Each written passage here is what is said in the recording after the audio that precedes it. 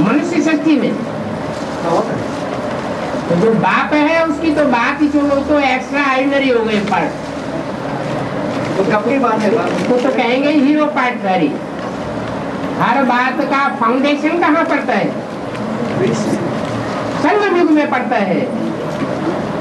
जो संगम युग में नहीं होगा, शूटिंग नहीं होगी, रिकॉर्डिंग नहीं होगी, रिहर्सल नहीं होगा, तो ड्रामा में बड़ा पार्ट है, बड़ा ड्रामा में कहां से आ जाएगा? और 63 जन्मों में जो पाप करते हैं का तो 1 गुना बोझा चढ़ता है। और संगम युग में तो सभी पाप करते हैं कि कोई छूट जाता है।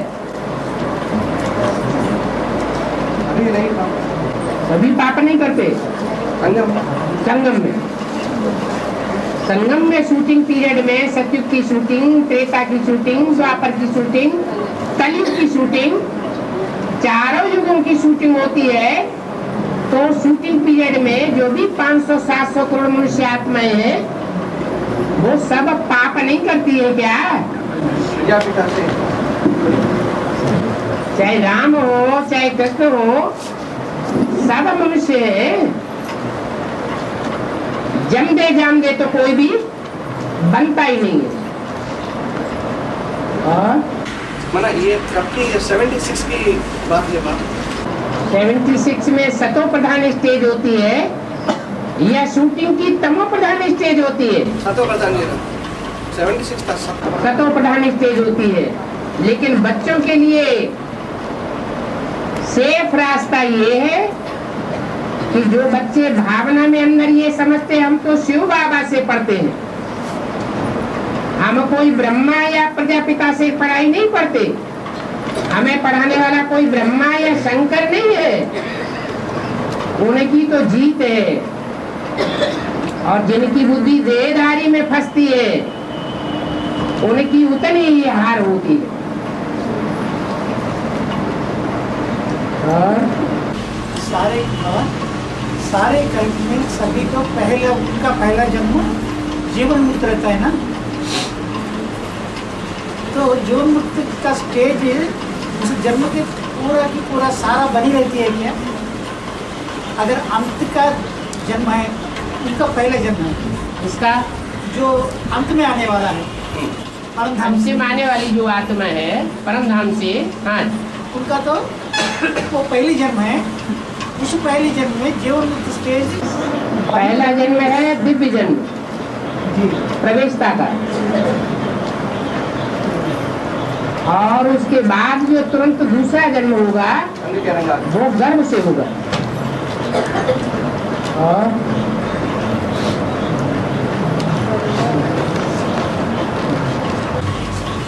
और वो शाही की डेफिनेशन दिया ना बाप ने, जो रात को दिन बनाने वाला है सच्ची शाही, वो है शुभ। अभी जो शिरडी साई जो है ना, उनको गांव में तो मंदिर है उनका, साईं बाबा का है। हाँ, शिरडी बाबा जो है ना, हाँ जी, उनका गांव में मंदिर है, बड़ा भक्त है। क्या वास्तव में ये उसको लागू करना है ना शिव बाबा का, उनका सच्ची साई वो शिव बाबा है। भक्ति मार्ग में गांधी जी हुए तो ज्ञान मार्ग में गांधी नहीं हुए क्या? ऐसे ही भक्ति मार्ग में जो भी पाठधारी है वो ज्ञान मार्ग में भी है, देखे जा सकते हैं। गायन तो उनको है। हाँ जी,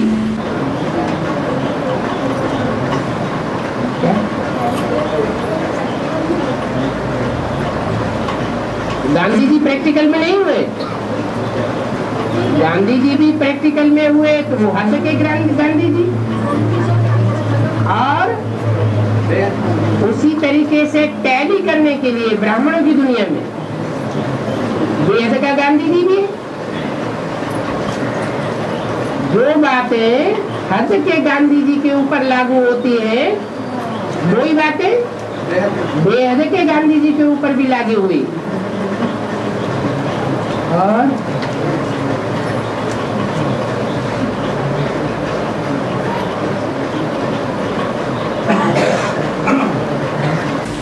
कोई जगन्नाथ टेम्पल वो देवताएं के नग्न रूप में मूर्ति में दिखाते हैं ना, तो उनको निकालने के लिए गवर्नमेंट की इतना ताकत नहीं है, मुल्ले में से बाइट आते, मतलब उनको वो ज्ञान नहीं है ना, तो देवता मूर्ति वो निर्विकारी है, क्यों नहीं, उनको ताकत नहीं है उसको निकालने के लिए। एक व्यक्ति सुधरना चाहता है और सुधरने के लिए पुरुषार्थ करता है, बीच में गिर जाता है, फिर उठ के पुरुषार्थ करता है, तो उसको गोली मार देनी चाहिए या पुरुषार्थ करने देना चाहिए? तो ऐसे ही है, जो मूर्तियां दिखाई गई हैं, नंगी मूर्तियां भिखारी स्टेज में, वो मंदिर के बाहर है या मंदिर के अंदर है? बाहर है। इसका मतलब संपन्न स्टेज नहीं है, पुरुषार्थी है। लेकिन पुरुषार्थ का भी तरीका बताया है, बेकायदे पुरुषार्थ नहीं होना चाहिए। समाज के कायदे कानून होते हैं, ईश्वरीय कायदे कानून होते हैं, सरकारी कायदे कानून होते हैं।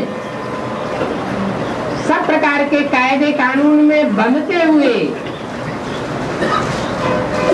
ईश्वरीय बताया हुआ पुरुषार्थ करना चाहिए, नहीं तो सेवा के बदले डिससर्विस हो जाती है।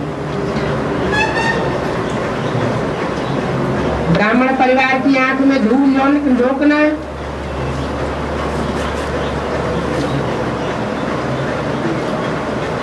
सरकार की आंखों में धूल झोंकना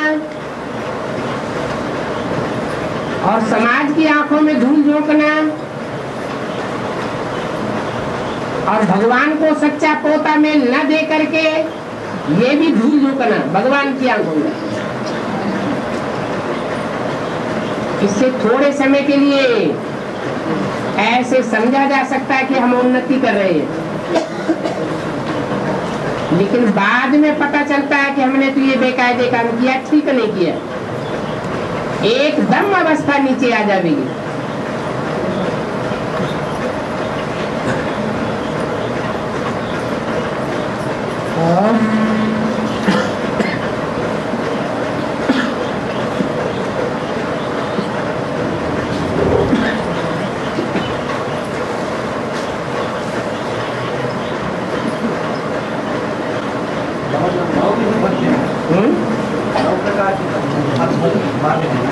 नौधा भक्ति है तो नौधा ज्ञान भी है और नौधा याद भी है।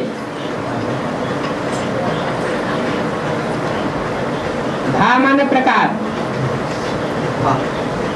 ब्रह्मा के तन में याद किया, ये भी एक प्रकार। उससे पहले ज्योति बिंदु को याद किया, ये भी एक प्रकार। उससे पहले लाइट के लिंग को याद करते थे, वो भी एक प्रकार। और अलग अलग धर्मों के जो भी सरपरस्त है, उनमें भगवान मान करके उनको याद करेंगे, वो भी उनका प्रकार। परंतु असली याद तो एक ही है, क्योंकि एक ही रूप है बाप का, एक ही रूप है टीचर का, और एक ही रूप है सदगुरु का।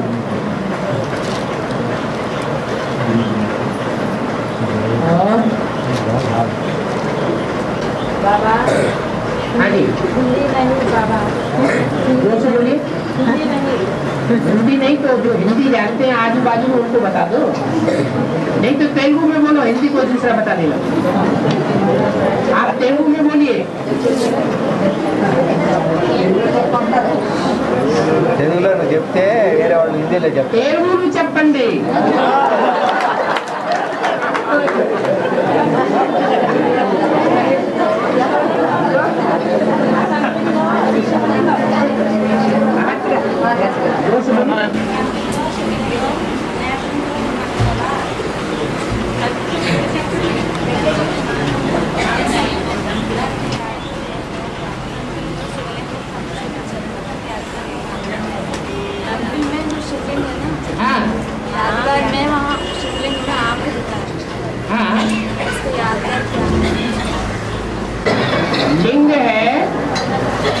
साकार की यादगार है या बिंदु की यादगार है? साकार की यादगार है। उस साकार में जो तीसरा नेत्र दिखाया जाता है उसका नाम क्या दिया जाता है? शिव नेत्र।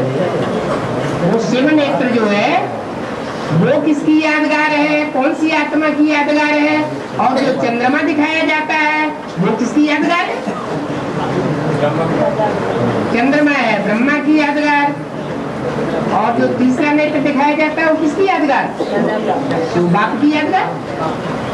तो लिंग में अगर वो नेत्र ही नहीं होगा तो जैसे सब मनुष्य मात्र अंधे की औलाद अंधे, वैसे वो भी अंधा।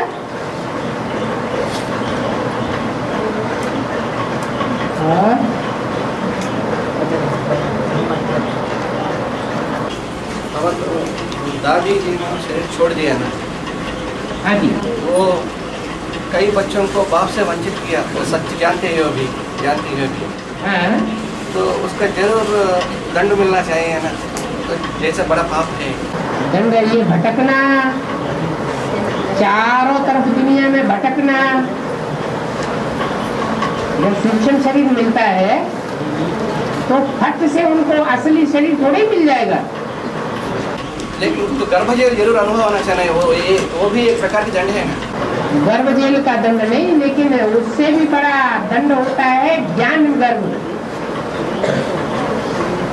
भीख मांगेंगे मुसलमान जो अपन को बादशाह समझते थे और उनको भीख मांगनी पड़े तो कितना बड़ा दंड हो गया।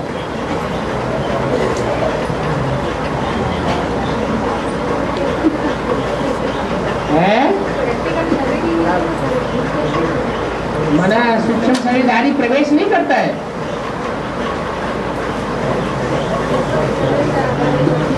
सजा खाएंगे तो साकार शरीर धारण करा के सजा दूंगा या संकल्पों में ही खत्म हो जाएगी सजा। तो कैसे साकार शरीर धारण करेंगे? प्रवेश करेंगे, साकार शरीर धारण करेंगे।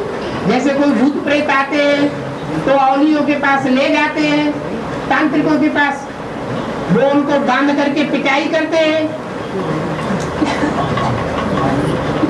तो सजा खाती है कौन सी आत्मा?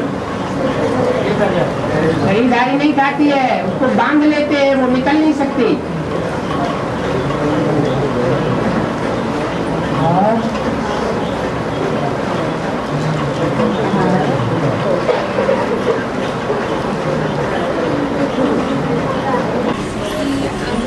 जमाने में सूरज उगता ही नहीं था। तो उनके जमाने में लोग जो प्रजाजन थे वो दुखी क्यों बोला है? सूरज नहीं डूबता था का मतलब ये है कि हिंदुस्तान में उनका राज्य था, अमेरिका में भी उनका राज्य था,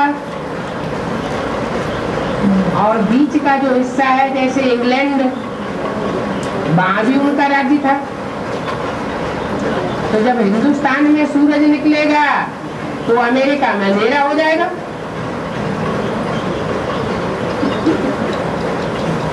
तो ऐसे नहीं है कि 24 घंटे में कभी सूरज डूबता ही नहीं था। 24 घंटे में कोई भी राज्य हो 12 घंटे तो सूरज डूबता था ना। तो पूछने की गलत फहमी हो गई। पृथ्वी तो गोल है,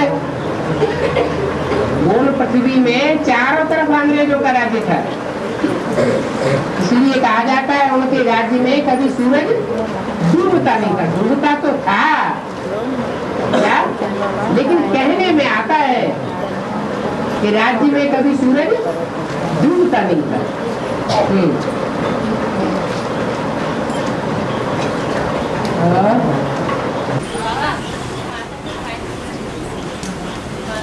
बोलो इनको भी पूछ लो फिर बताओ।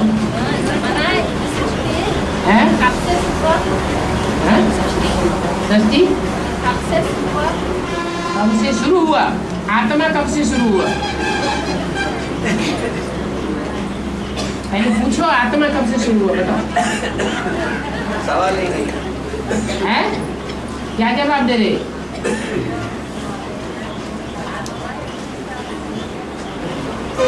अनादि अविनाशी का हैं?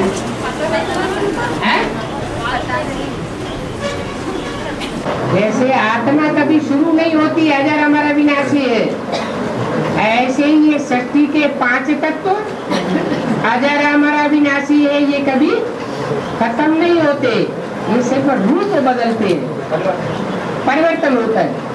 जैसे आत्मा सतो प्रधान है तो देवता है, तमो प्रधान है तो राक्षस बन जाती, ऐसे ही ये प्रकृति के 5 तत्व हैं, पृथ्वी जल वायु अग्नि आकाश, जिनसे ये जड़ शक्ति बनी हुई है और उसमें चैतन्य आत्माएं प्रवेश करती है 5 तत्वों के पुतले में, तो सृष्टि कही जाती है। सदैव सृष्टि थी और सदैव ही रहेगी। कब शुरू हुई ये नहीं कहा जा सकता, ये तो चक्कर है, घूमता ही रहता है। और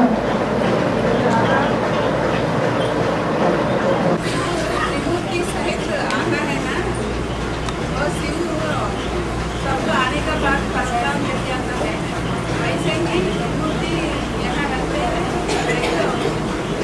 उनकी सूक्ष्म में यह मूर्ति है, कहा गया मूर्त, फिर उसका उल्टा क्या हुआ अमूर्त। मूर्त माना साकार, अमूर्त माना इसका रूप नहीं है, मूर्ति नहीं है। तो शिव तो ज्योति बिंदु है, परम धाम से आता है, तो ऐसे नहीं परम धाम से 3 मूर्तियां लेकर के आता है, नहीं। जब आता है और मुख से बोलना शुरू करता है, ज्ञान का बीजारोपण करना शुरू किया, वैसे ही उसके साथ 3 मूर्तियां होती है सामने। प्रजापिता ब्रह्मा और जगदम्बा बच्ची और तीसरी मूर्ति। जैसे जगदम्बा बच्ची है और वो जगत माता कही जाती है, ऐसे ही भारत माता भी है। भारत वर्ष कहा जाता है, भारत देश कहा जाता है। सारी दुनिया का प्रतिनिधित्व करने वाली है जगदम्बा और भारत का प्रतिनिधित्व करने वाली है भारत माता। 2 रूप है भारत के। भारत माता है, कोई साकार होगी या निराकारी आकारी होगी? साकार होगी। तो भारत माता विधवा होगी या सधवा होगी? विधवा तो नहीं होगी, सधवा होगी। तो भारत पिता भी जरूर होगा, लेकिन पिता अपने को पीछे कर देता है। पहले किसको प्रत्यक्ष करता है? माता को प्रत्यक्ष करता है, बच्ची को प्रत्यक्ष करता है। और तो जो फर्स्ट क्लास प्रजा है ना सावकार, तो उनका लक्षण कैसा होता है संगम में? मतलब इंद्रियों पर पूरा जीत नहीं पा सकती। पवित्रता के लिए पुरुषार्थ नहीं करेंगे, क्लास भी नहीं कर पाएंगे, लेकिन मकान दान दे देंगे, बड़ा हाल दे देंगे, ढेर सारा पैसा दे देंगे, लेकिन खुद पवित्रता के लिए पुरुषार्थ नहीं करेंगे, पढ़ाई नहीं पढ़ेंगे उतनी गहराई तक जो राजा बन जाए, राज घराने में आ जाए। इसके साहूकार है, साहूकारी के संस्कार है। बाकी यहाँ सहयोग किया है तो वहां जाकर के राजाओं के नजदीक बैठेंगे, वहां भी राजाओं को सहयोग करेंगे। सहयोग देने का भाव धर्म किससे होना चाहिए ना, इससे होना चाहिए तब निश्चय भी इतना नहीं कि ये हमको पतित से पावन बना देगा।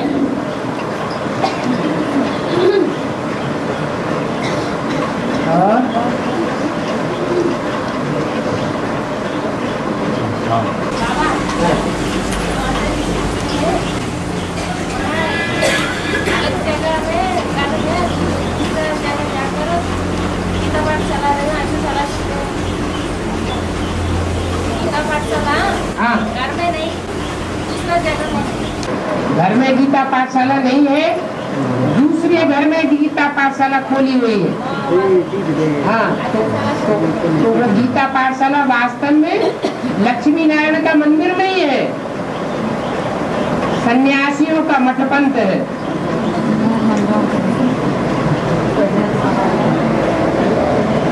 अपने घर को लक्ष्मी नारायण का मंदिर बनाना है।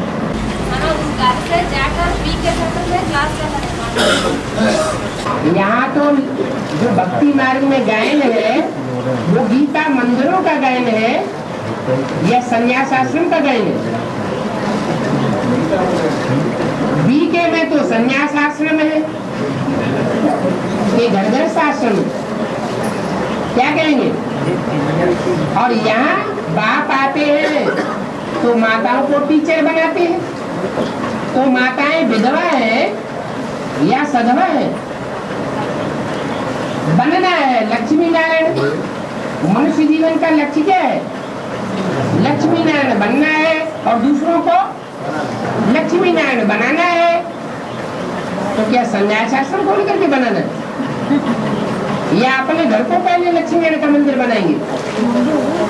अपना घर लक्ष्मी नारायण का मंदिर बनेगा तो हम दूसरों को भी लक्ष्मी नारायण बना सकेंगे।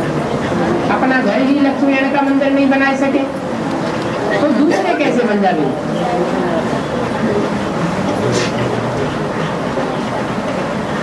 बाबा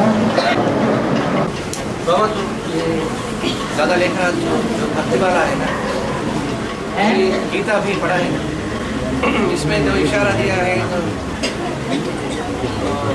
अणोरणीयां समनुस्मरेच्यः वो श्लोक है ना, अभ्यास योग युक्तेन चेतसा नान्यः। उनको ये बात नहीं बैठे है ना, जो बिंदु है, बिंदु सब जगत की शिक्षक है। गीता में जो इशारा दिया है वो इशारा ब्रह्मा की बुद्धि में पूरा बैठा है नहीं। कौन है शिक्षक, कौन है, और जो बिंदु जिसमें प्रवेश करके मुकर्रर जो है। अगर ब्रह्मा को बुद्धि में बैठा होता तो विद्यालय का नाम ब्रह्मा कुमारी विद्यालय क्यों रखा होता है शुरुआत में। प्रजापिता ब्रह्मा कुमारी ईश्वर विश्वविद्यालय रखा होता। उनकी बुद्धि में नहीं था, उनकी बुद्धि में शुरुआत से ही बैठा हुआ है कि गीता का साकार भगवान अगर इस सृष्टि पर कोई होता है तो वो मैं हूँ। पहला दुनिया का शिवोहम कौन हुआ, ब्राह्मणों की दुनिया में। तो बाप ने बताया कि मनुष्य आत्मा शिव नहीं हो सकती, मनुष्य जो है वो भगवान नहीं हो सकता। तो हिरण्यकश्यप पाठ को शुरू किया। हाँ जी, सुनिए, रावण के सर के ऊपर गधे का शीश दिखाया जाता है। वो 5 विकारों का भी बाप बताया जाता है।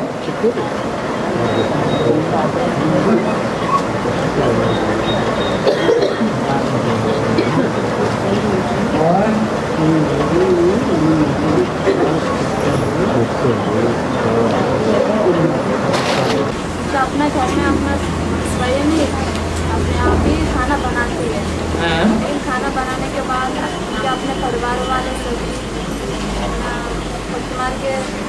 देवी देवताओं को भोग चढ़ाते हैं। चढ़ाने के बाद फिर उसी को खाना है बोलते हैं। अपना भोग तैयार करते अपने आप, ज्ञान में भी चलते हैं। नहीं, माता जी तो ज्ञान में चलती है, बाकी परिवार वाले नहीं चलते। हाँ, लेकिन माता जी स्वयं खाना बनाती है। लेकिन खाना बनाने के बाद परिवार वाले देवी देवताओं को भोग चढ़ाते हैं। वो तो परिवार वाले तो ज्ञान में नहीं चलते हैं ना। लेकिन वही खाना ही करते हैं। बहुत क्या हुआ? मजबूर करते हैं। वही खाना नहीं करते, वो अपने हाथ से तो बनाती है। तो बाबा की याद में रह करके बनाना और बाबा की याद में खाना। भोग लगाने के बाद खा सकते हैं, भोग खाना कुछ। जो ज्ञानी है उसके लिए भोग लगाना क्या देवताओं को न लगाना क्या कोई मतलब ही नहीं रहा।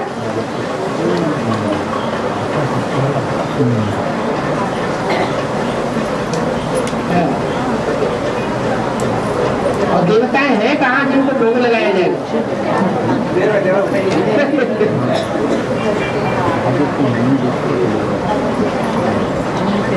जब भोग लगता है तो आप समझ लीजिए सूक्ष्म बतनवासी ब्रह्मा बन गया, उनको भोग लगाई दिया। वो आखिर सतयुग में देवता बनेगा कि नहीं बनेगा? बनेगा।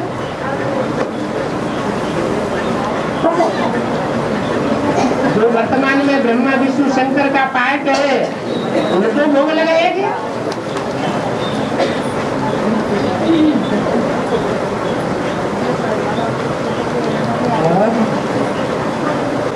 बाबा जो अर्थनास्तिक है ना, अर्थनास्तिक जो है, अर्थनास्तिक है, उनको भी वर्षा मिलता है। उनको भी वर्षा मिलता है। आधे नास्तिक है तो आधा तो वर्षा मिल जाएगा। नास्तिक को नहीं मिलता है, लेकिन ये वर्षा माना वर्षा तो साकार में है ना, निराकार नहीं है। लेकिन वो सिर्फ वर्षा तो सुख का है ना, सुख का है वो। हाँ जी। लेकिन वो मानते हैं, वो सिर्फ देवता को नहीं मानते हैं ना, अर्थनास्तिक देवता को नहीं मानते। लेकिन अकेला देवता जो है वो तो शरीरधारी है। नारायण है वो तो शरीरधारी है, लेकिन नारायण में जो शक्ति आई है वो कहाँ से आई है? सुप्रीम सोल से आई है ना, सुप्रीम सोल की याद से आई है। तो वो आधी चीज तो मानता है। बाबा ये 9 प्रकार की भक्ति में एक आत्मनिवेदन का एक है, आत्मनिवेदन का कहा है। वो क्या है? सख्य और अर्पण कर देना। आत्मा माने मन बुद्धि, मन बुद्धि नहीं चलाना, जैसे चलाओ वैसे चलेंगे। बाप का जो भी डायरेक्शन मिले, सदगुरु की जो भी आज्ञा मिले, हमें उस पर चलना है। उसके लिए हमें बुद्धि नहीं चलानी है, मन नहीं चलाना है। मैंने आत्मा अर्पण कर दी। वो तब श्रेष्ठ भक्ति वो होना चाहिए ना। हाँ जी। तो इसमें श्रेष्ठ भक्ति आत्मनिवेदन को कहना है, तो 9 प्रकार की भक्ति, क्योंकि श्रेष्ठ भक्ति जो करती है श्रेष्ठ ज्ञान उठाने वाला। अर्पण करना, अर्पण में होना। आत्मनिवेदन माना अपने को अर्पण कर देना। सब कुछ तेरा, कुछ नहीं मेरा। जब पहचान लिया एक बार, तो पहचानने के बाद फिर बुद्धि चलाना, ये बाप है या नहीं है। ज्ञान होता किस लिए? पहचान के लिए। और पूरी पहचान जब तक नहीं हुई है तब तक ज्ञान मिलता रहेगा। और पूरी पहचान नहीं हुई है, इसका प्रूफ है कि पूरा अर्पण में नहीं हुआ। तो जब तक जीना है तब तक जीना है। हाँ जी।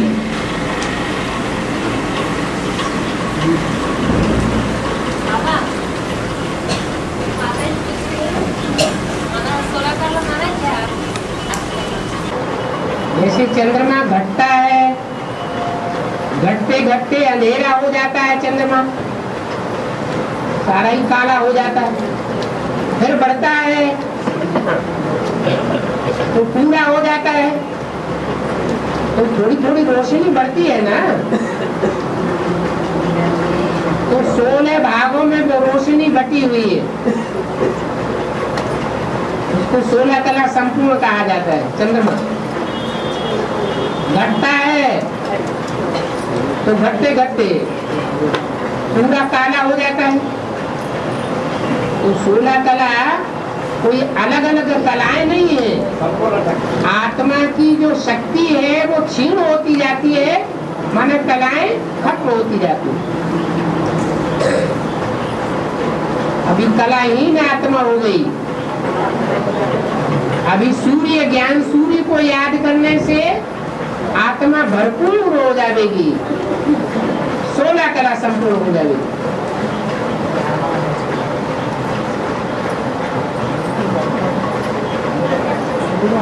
ये मेजरमेंट है।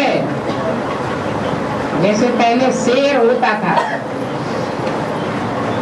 एक शेर में इतनी छटांग, 16 छटांग।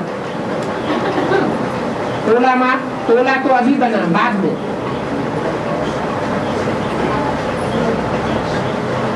ग्राम अभी बाद में बना,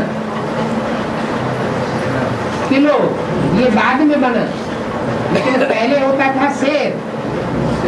तो 16 शेर माना 16 छटाक माने 1 किलो 1 शेर। तो ताकत बढ़ गई, वजन बढ़ गया।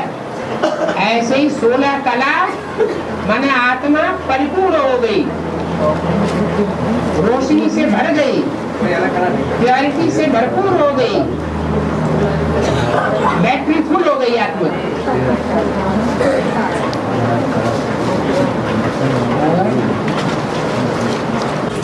भाई उत्तर भारत और दक्षिण भारत कहते हैं बाबा। दक्षिण भारत वाले उत्तर भारत वाले, दक्षिण भारत वाले उत्तर भारत वाले कहते हैं ना बाबा। दक्षिण भारत वाले और उत्तर भारत वाले ये आत्मा होती है या शरीर होता है? लेकिन उसका खून है। तो जो आत्मिक स्थिति वाले होंगे उनके ऊपर तो कोई असर नहीं पड़ता है कि हम दक्षिण भारत के हैं कि उत्तर भारत के हैं, क्योंकि आत्मा अपने को समझने वाला ये जानता है कि भले इस आखिरी जन्म में हमने ये दक्षिण भारत में जन्म लिया, लेकिन इससे 83 जन्म हुए वो तो मेरे हो सकते हैं उत्तर भारत में, कि नहीं हो सकते? हो सकते। तो मैं आत्मा उत्तर भारतवासी हूँ या दक्षिण भारतवासी हूँ? उत्तर भारत की हूँ। इसलिए लैंग्वेज भी वो समझ सकती है। तो बाप से जो आती है हिंदी लैंग्वेज। आत्मा उत्तर भारत, दक्षिण भारत, अमेरिका या इंग्लैंड की नहीं होती, ये देह होती है। देह के ऊपर नाम पड़ता है, देह का रूप होता है। आत्मा जो समझते हैं और भेद पैदा करते हैं, ये दक्षिण भारत का है, ये उत्तर भारत का है।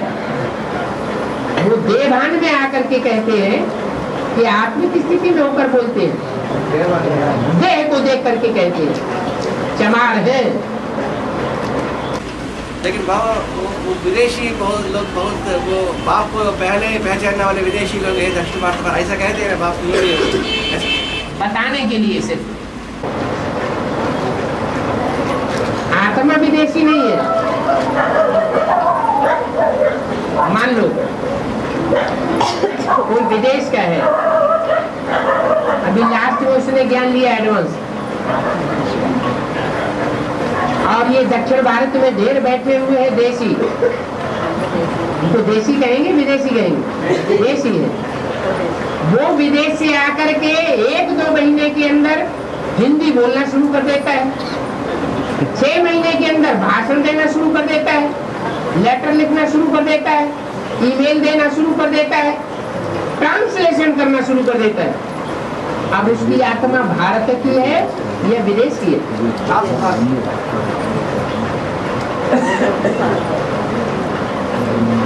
जो भारत के अंदर रहने वाले इतना मेहनत करते हैं, चाहते हैं हम हिंदी सीखें, वो नहीं सीख पाते, और उसमें लगन है।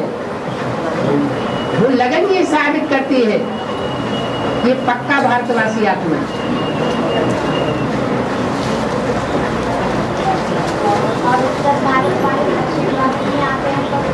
विदेशी बन जाते हैं?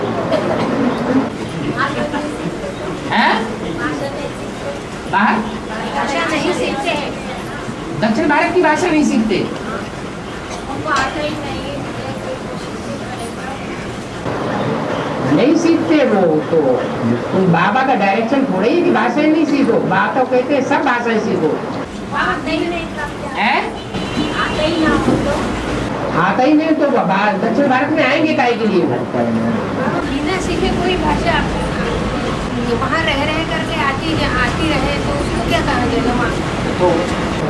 समाज बदलने से, सोसाइटी मूव करने से कोई भी भाषा आती है, लेकिन पूर्वजन्मों के संस्कार से भी यह भाषा आती है।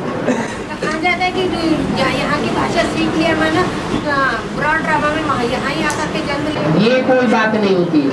जब बाबा ने डायरेक्शन दिया है सब तरह की भाषाएं सीखो, सारी दुनिया की तुमको सेवाएं करनी है तो सीखो।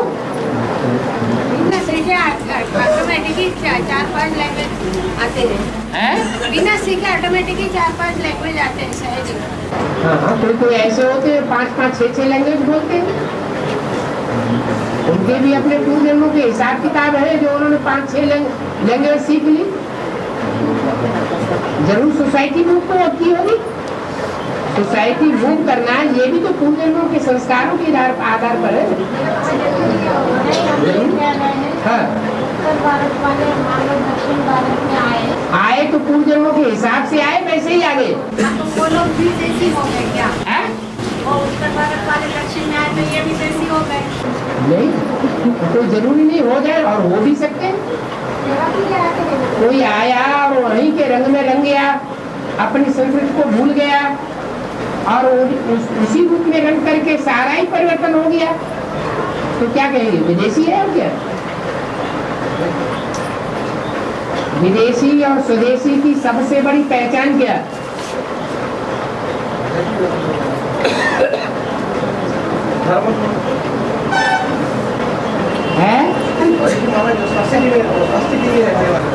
हाँ,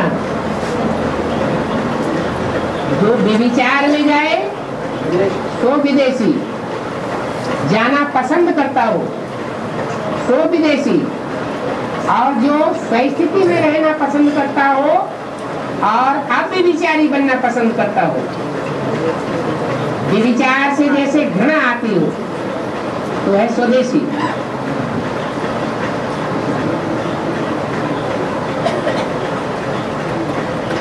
जितने भी विदेशी धर्म हैं वो सब व्यभिचारी है।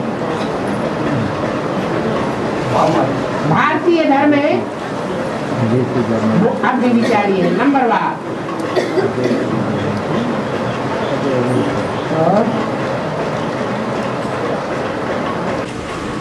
अब ये 16,108 होते हैं ना, नंबर वार प्यूरिटी की धारण करने वाले, पुरुषार्थ करने वाले हैं। पुरुषार्थ तो प्यूरिटी में नंबर वार प्योरिटी के लिए पुरुषार्थ करते हैं।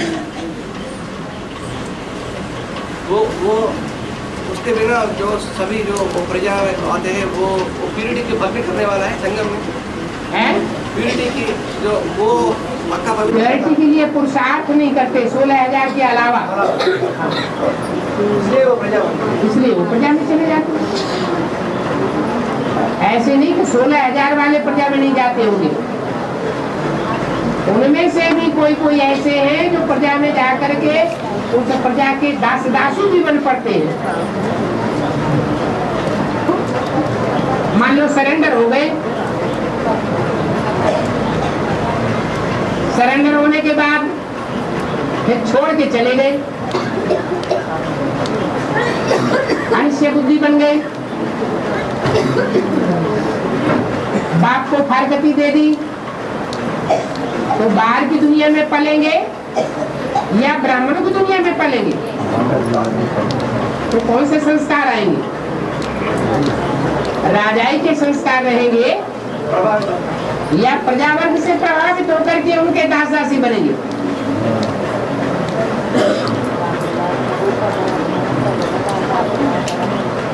समर्पित होने के बाद, इसलिए भक्ति मार्ग में भी ये बुरा माना जाता है कि एक बार जो ईश्वर का बन गया, संन्यास ले लिया, तो संन्यास को छोड़ करके फिर वापस गृहस्थ में आना बहुत बुरा पूरा माना जाता है।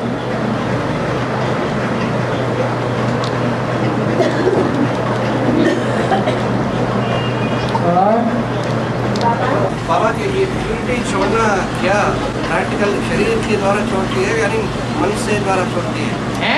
प्योरिटी छोड़ना माना जो ये जो 16,108 के अलावा जो होते हैं ना प्रजा में, हाँ, वो प्योरिटी संगमयुग में प्योरिटी के छोड़ना। मान लो गीता पाठशाला वाले हैं, सरेंडर्ड नहीं है, लेकिन बाबा ने बोला गीता पाठशाला का नक्शा ऐसा बनाओ, मधुबन जैसा नक्शा दिखाई पड़े। तो ऐसा जो पुरुषार्थ करेंगे वो बाप का घर नहीं बनाया उन्होंने। तो बाप का घर अगर उन्होंने बनाया और सारी स्थिति परिस्थिति ऐसी बना दी, माहौल ऐसा बना दिया जैसे बाप का घर, तो उनका खान, उनका पीना, उनका रहना, उनका रहन सहन, खान पान सारा ही ईश्वरीय परिवार जैसा हो जाएगा ना। और ईश्वर की मत पर भी चलते, संपूर्ण अर्पण में होकर चलते, पूरा पोता मेल भी देते, तन का, धन का, मन का। कोई भी काम करने से पहले बाबा से राय लेते, पूछते, डायरेक्शन लेते। तो ऐसी आत्माएं क्या अंत में बाप के परिवार की भांति नहीं बन सकती? अंत में जो सरेंडर होंगे वो अंदर वालों से आगे नहीं जा सकते। इसलिए बोला अंदर वाले रह जाएंगे और बाहर वाले ले जाएंगे। लेकिन ये बात है जो प्योरिटी छोड़ना माना तो संगम में जो प्रजावर्ग में आने वाले वो किस रूप में, वो प्रैक्टिकल में छोड़ते हैं, माना शरीर द्वारा छोड़ती है लेकिन मन वचन से छोड़ते हैं। अंदर रहे पड़े, मान लो सरेंडर हो गए तो उन्हें लाजमी पवित्र रहना ही पड़े कि नहीं रहना पड़े। लेकिन कोई कोई ऐसी होती है जिनकी बुद्धि में ज्ञान नहीं बैठा है, चंचल वृत्ति रहती है, मौका मिले तो कर्मेंद्रियों से भी कुछ चंचलता कर सकते हैं।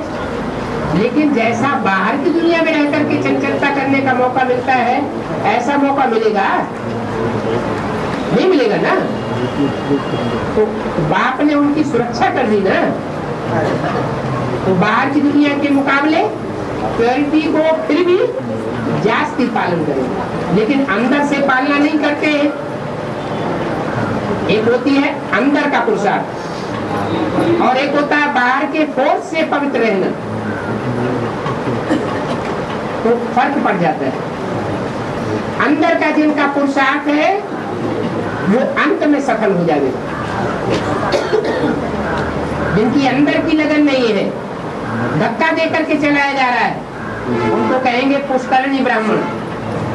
माँ बाप ने जैसे धक्का देकर के सरेंडर कर दिया नाबालिग स्टेज में, फिर कोई ये भी जरूरी नहीं है कि नाबालिग हो उनको सरेंडर कर दिया माँ बाप ने शुभ भावना रख करके, वो बड़े होकर के होशियार भी तो हो सकते हैं।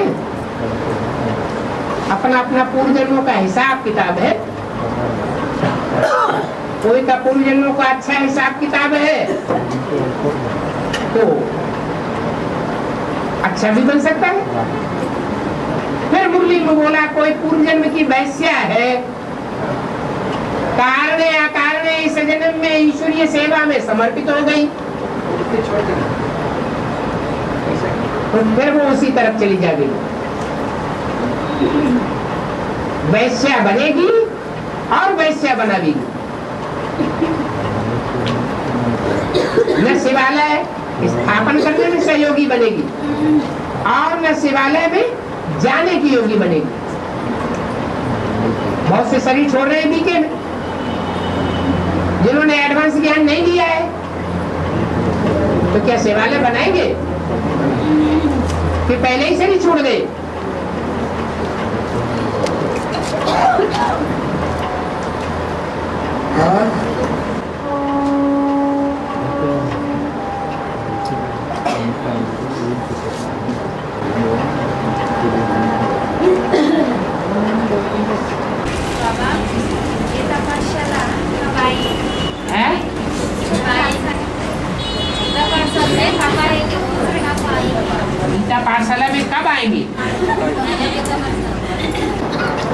बाबा ने बोला है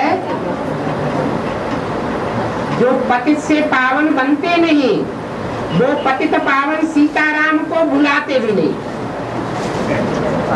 जो पतित से पावन बनते हैं वो पतित पावन सीताराम को बुलाते भी, भक्ति मार्ग में भी बुलाते हैं और ज्ञान मार्ग में भी बुलाने की शूटिंग करते हैं।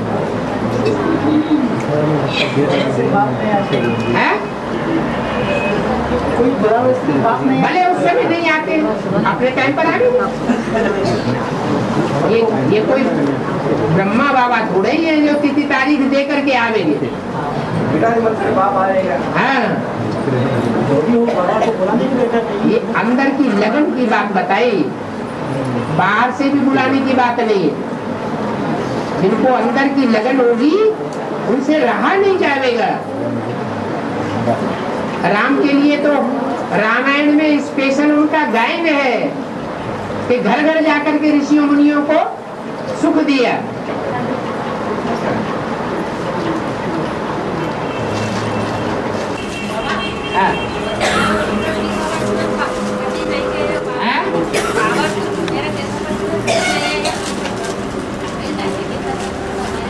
वो अपने अंदर से पूछो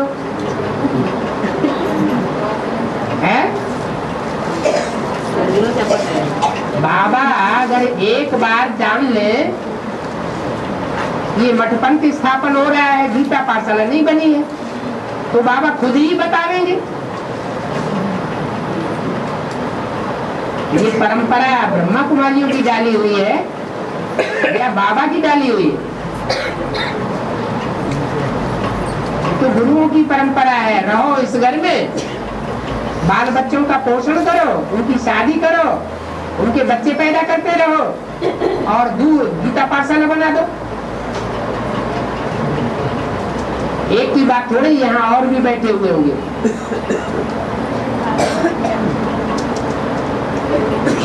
अरे अपने घर गृहस्थ को लक्ष्मी नारायण का मंदिर बनाना है, अपने घर का वातावरण शुद्ध बनाना है, पवित्र वातावरण बनाना है, तब दुनिया स्वर्ग बनेगी।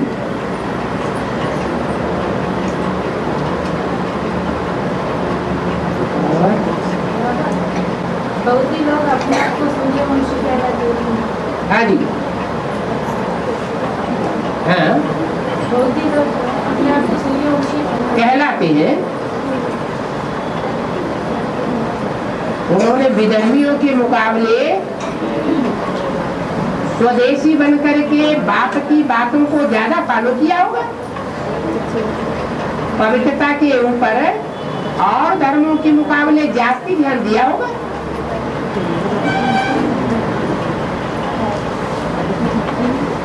तो जो सूर्य को फॉलो करेगा तो कौन से वंश का बनेगा? सूर्यवंशी ही बनेगा। बनते तो नहीं है। अगर शुद्ध सूर्यवंशी बने होते तो विदेशों में उनका राज्य क्यों स्थापन होता? विदेशी धर्मखंड क्यों कहा जाता है? लेकिन जितने भी विपरीत धर्म हैं, उन विपरीत धर्मों के बीच उन्होंने पहले पवित्रता को विशेष पालन किया। इसलिए द्वापर के आदि में ही बौद्ध धर्म पूर्वीय देशों में पनपता है और दिखाते हैं कि पूर्व से सूरज निकला। पूर्वी जोन की बाबा भी बहुत महत्ता देते हैं। पूर्वी जोन बहुत बड़ा जोन है। बंगाल, आसाम, बिहार, झारखंड, उड़ीसा, नेपाल, ये कौन सा जोन है? पूर्वी जोन है। यहाँ कौन सा धर्म ज्यादा फैला हुआ है? बौद्ध धर्म के लोग उस तरफ ज्यादा देखने में आते हैं।